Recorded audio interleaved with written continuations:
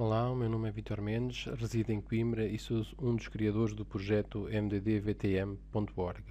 MDD-VTM é Movimento Democracia Direta, a versão VTM. Esta apresentação tem como objetivo explicar em poucos minutos apenas as linhas base deste projeto.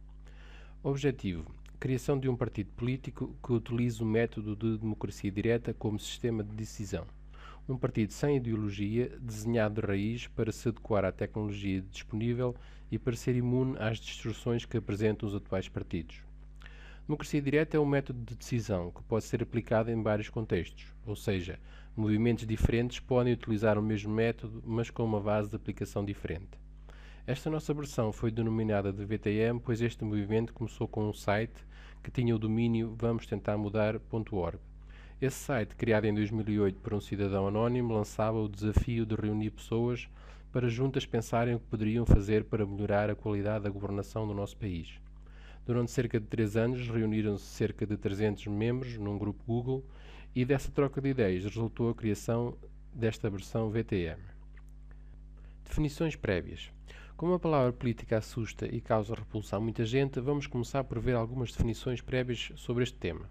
O termo política é derivado do grego antigo politeia, que indicava todos os procedimentos relativos à polis ou cidade-estado.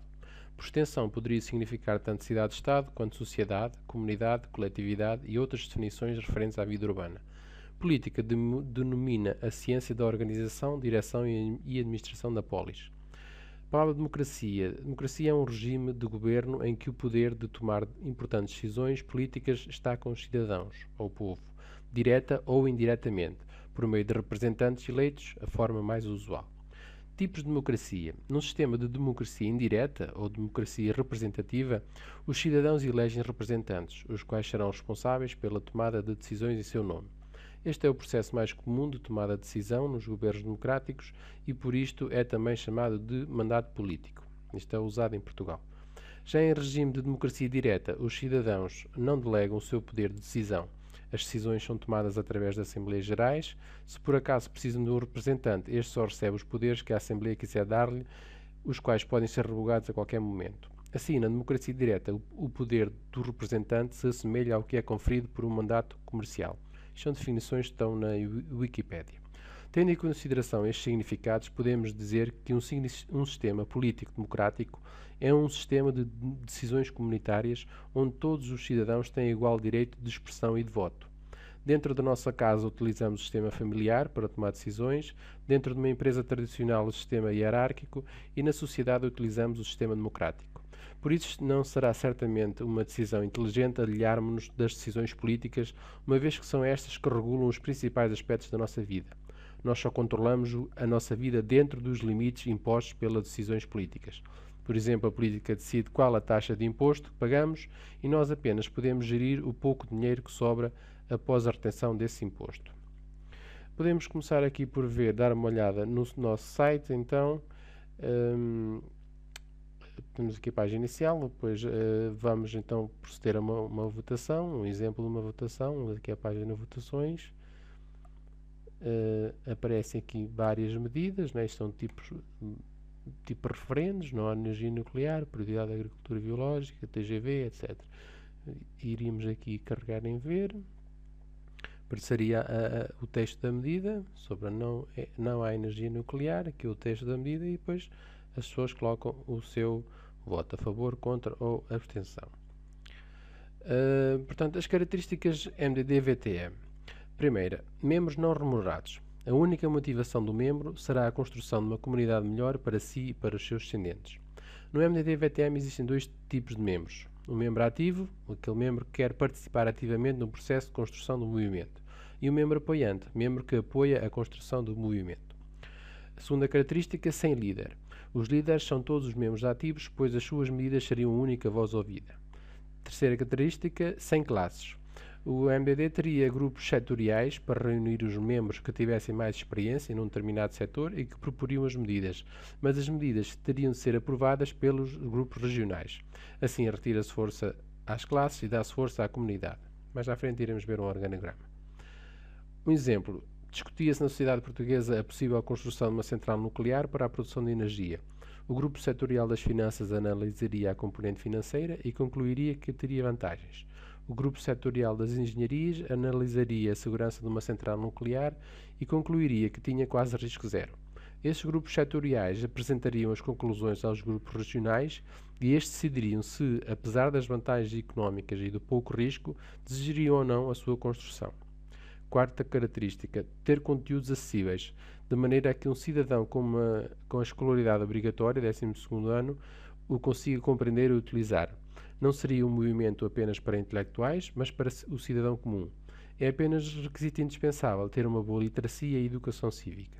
Literacia significa capacidade de ler e escrever, capacidade para perceber e interpretar o que é lido. Quinta característica, e esta é a característica principal, é uma forte componente educacional. Todas as criações da humanidade exigiram esforço, tempo, persistência e organização. Também neste projeto isso será necessário. Mas não pode ser difícil demais nem fácil demais. Tem de haver equilíbrio. Não pode ser tão fácil como ir a um comício e segurar uma bandeira, não tão difícil que apenas políticos profissionais com elevadas habilitações superiores possam entender o que é dito.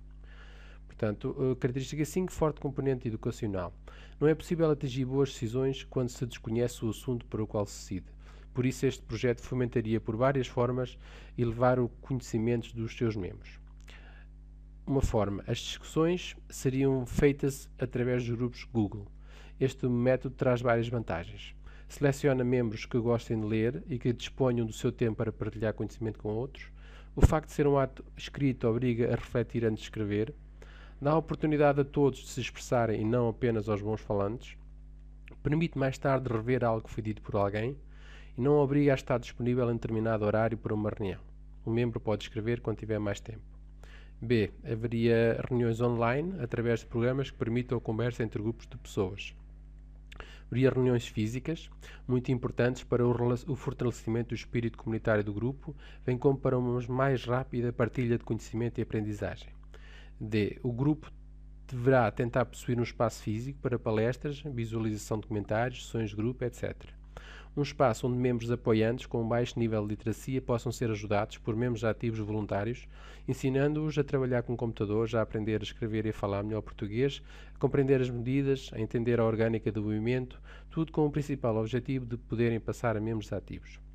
Esta componente educacional é a razão de haver votações de recomendação. As recomendações são conteúdos que os membros aconselham a todos a sua leitura ou visualização, pois têm informações relevantes para melhor entender a sociedade. Sexta característica, aberto e gratuito, sem pagamento de cotas. Qualquer pessoa pode aderir, desde que se enquadre no perfil pretendido. Não é possível construir uma sociedade civilizada se esta for constituída por cidadãos egoístas, exibicionistas, egocêntricos ou conflituosos. Por isso haverá um rigoroso processo de adesão para novos membros ativos. Os membros ativos trabalharão em conjunto no longo processo de crescimento do movimento.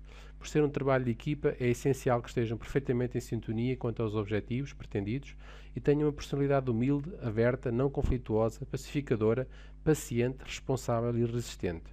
Os membros ativos terão de discutir o conteúdo de novas medidas, a propor ao grupo eventuais alterações a medidas e possíveis correções no funcionamento do movimento. No grupo terão de defender o seu movimento e as suas medidas perante terceiros e estar a par dos assuntos debatidos.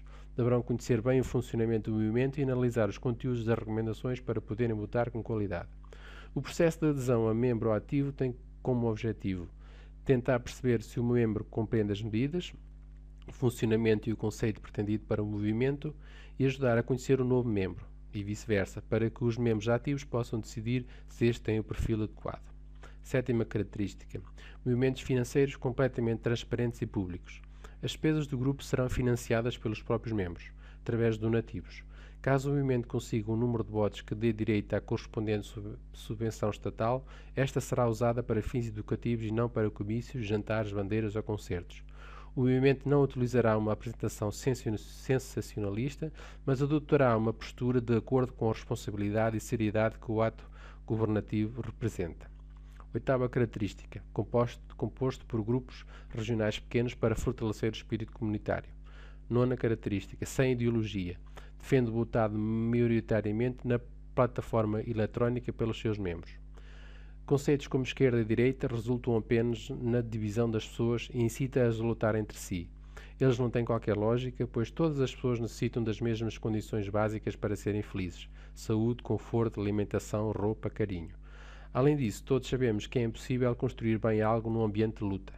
As pessoas apenas precisam se unir e democraticamente decidir quais as regras de base pelas quais querem que a sua comunidade se oriente. A divisão esquerda-direita é semelhante a outras divisões que só servem para incentivar a luta entre seres humanos, religiosas, clubistas, raciais e nacionalistas. Esta insanidade é comprovada pela existência de uma época de tréguas em que se apregou a solidariedade, a fraternidade, a união e a paz, que é o Natal. Método de trabalho.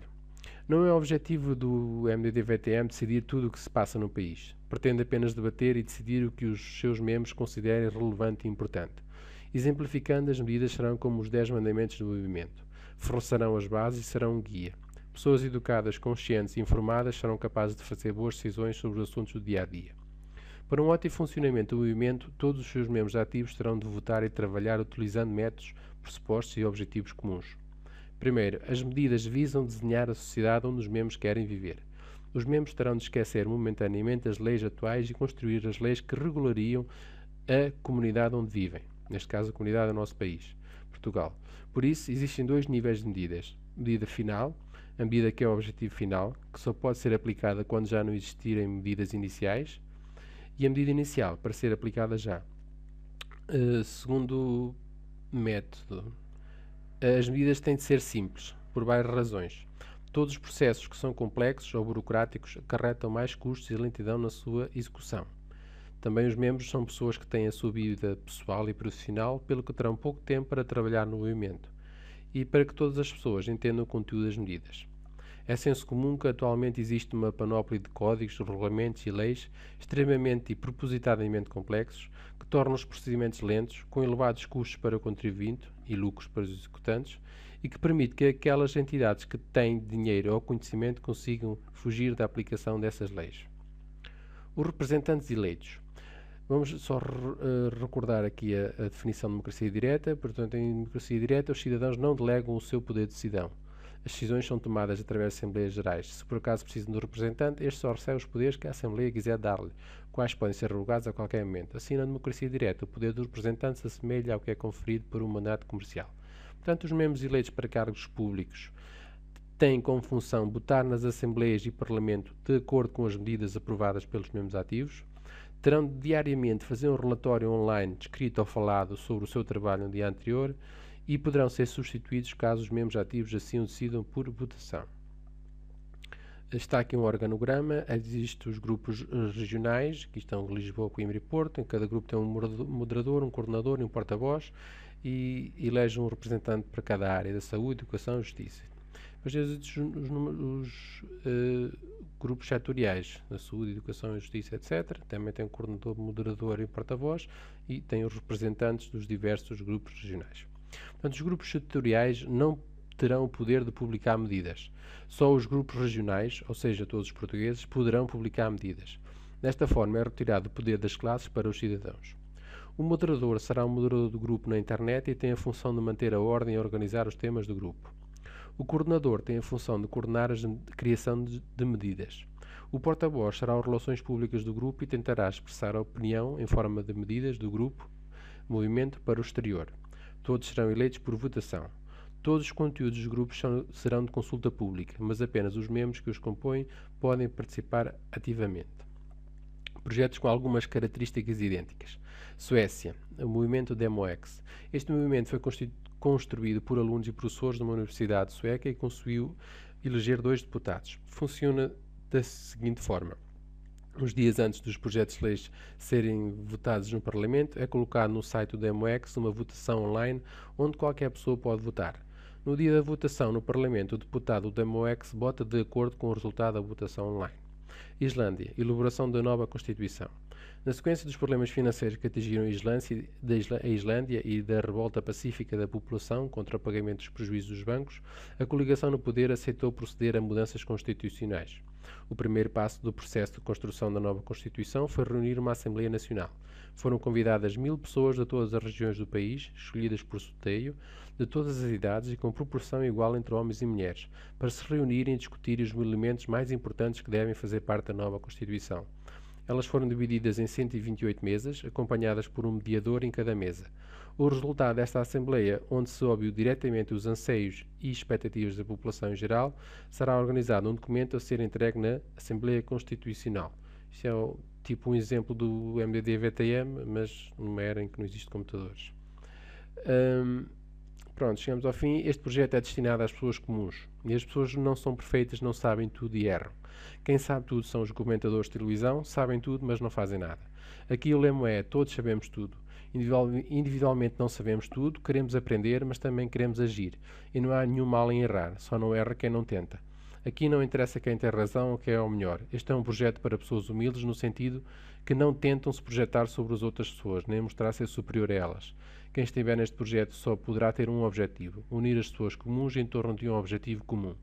Terão de ser pessoas comuns do ponto de vista da sociedade, mas fora do comum na sua essência. Pessoas que sabem o que querem, que acreditam nelas próprias, dispostas a pensar pela sua cabeça, livre de preconceitos e que não fiquem paralisadas perante a complexidade e aparente imutabilidade do atual sistema.